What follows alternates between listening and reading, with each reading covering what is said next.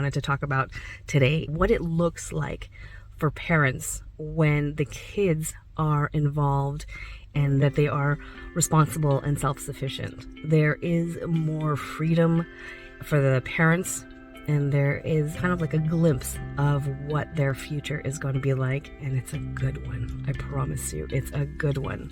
Parenthood is challenging enough as it is, and getting organized sounds easier said than done. Now, combine these two together, and it's truly a balancing act that many of us struggle with day in, day out. If you're here, it's because you want to know how to get your life and home more organized and structured where the kids are involved too, so that parent life is a little easier and you can focus on what truly matters. Hey there, I'm Dianne Jimenez, owner and founder of One Tidy Place. I created this podcast because I know parents have their hands full. I know this because I have 3 kids of my own. Each week, we'll talk about all things organizing, teaching kids life skills, and contributing to the home, being on the same page with your partner, and raising your kids together while you tidy up, go out for a walk, or just need some real talk. I'm here for you. Thank you for tuning in. Are you ready? Let's do this. Hey guys, welcome to another episode of Parenting Guide Organizing Habits Made Easy podcast. Now, if you're wondering where I'm at, I'm in the car waiting for my kid to finish his class. So I decided to just pop open my phone, and instead of playing my usual video games, I said, why not record a podcast episode while I'm waiting? So today's topic is all about freedom. And I'm talking about freedom because once you have kids helping out at home, you start seeing the difference in your own life. Meaning that because the kids are taking more responsibilities at home, that leaves you with initially a few minutes of time for yourself or time to focus more on something else. That can eventually lead to longer minutes of more freedom and more focus on things that really matter to you. Okay, so this episode has to do with freedom and what it looks like once the kids are following an organizational chart, like a chore chart or an activity chart, and that they're contributing to the home. So I wanted to give you some real life examples of people who've had these freedoms in their home. And one of them is a friend of mine that I've met a few summers ago at the pool. And this past summer, I got to talk to her just a little bit about what my podcast was about, just chatting it up. Originally, she's from here where we live in Montreal, but she moved out east in the Maritimes, and she comes back to Montreal in the summertime. So, by the way, this lighting is not so great anymore now that the sun is coming down. So let me just switch this camera over. That's much better. And yeah, so a friend of mine, her name is Kathy, and we talked about parenting and getting the kids more involved at home and giving them responsibilities from a young age on. Now, Kathy's kids, they're well older than mine. I think they're in their early 20s, and her youngest is probably in the late teens. But she told me that the kids now, because she's instilled the responsibility for them to do at home and them being very self-sufficient from a young age and continuing on to do that, it's provided her and her husband the ability to do so many things and to focus on work and focus on other things and, reconnecting with other family members that needed their help too. And so much so that she said that the kids now are putting their parents accountable for picking up after themselves because the parents haven't been pulling their weight sometimes. So a funny thing she told me was that now that the kids all have phones, they've started taking pictures of items that were just lying around in the house. And they have a group chat, and they would post it there saying, whose is this? And where does this really belong? So I found it super funny that now, because they've taught the kids being responsible for their things and being on them all these years to take care of their home and to respect the environment that everybody is sharing, that now the kids have, it's kind of like a role reversal thing is going on here. Now they're being accountable to one another. So that was really cool. Now, The second person I want to talk about is my mother-in-law. She is amazing. I've mentioned her before in previous episodes. So my mother-in-law raised 3 boys who are now men with children and grown children.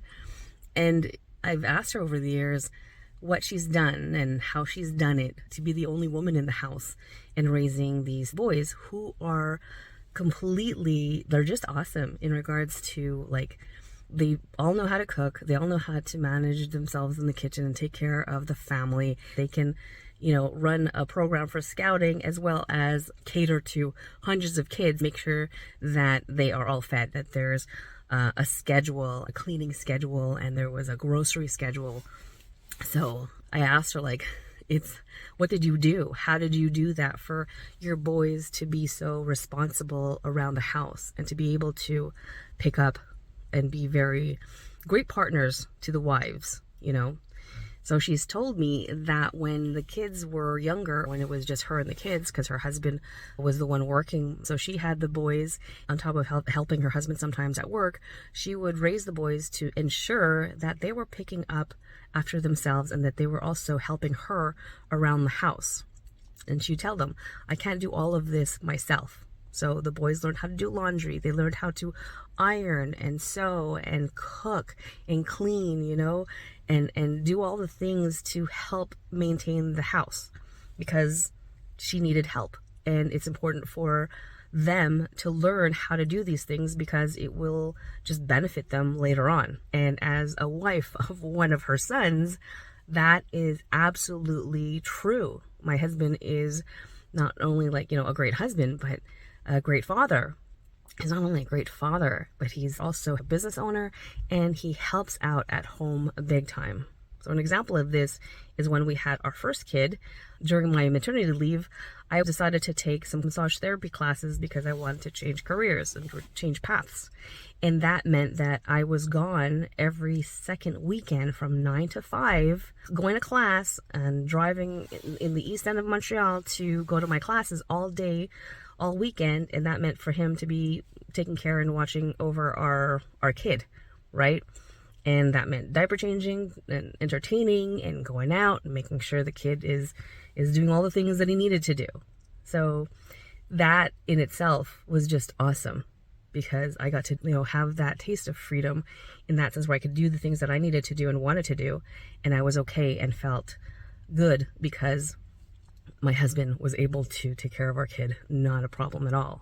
Now we have 3 kids and nothing's changed. He is as capable, if not more, now than before to handle the 3 kids when they were small while I had to work or I had clients or I was just busy, right? Helping my family or my mom or something like that.